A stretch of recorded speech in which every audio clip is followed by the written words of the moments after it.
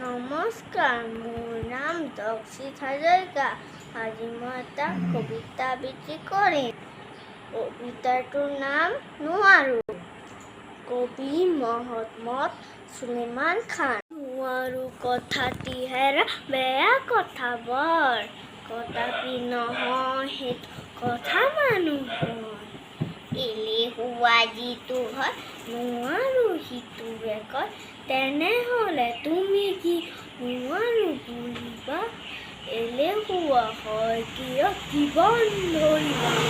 ভাল নাম পাবলৈ যদি কৰা মন, তেনেহলে নুবুলিবা নোৱাৰো বচন। 10 জনে পাৰে যিটো তুমিও পাৰিবা সেইটো, হেন জানি হাক কৈ প্ৰাণ তাকি কৰা। একেবাৰে নহলে 100 বাৰে কৰা।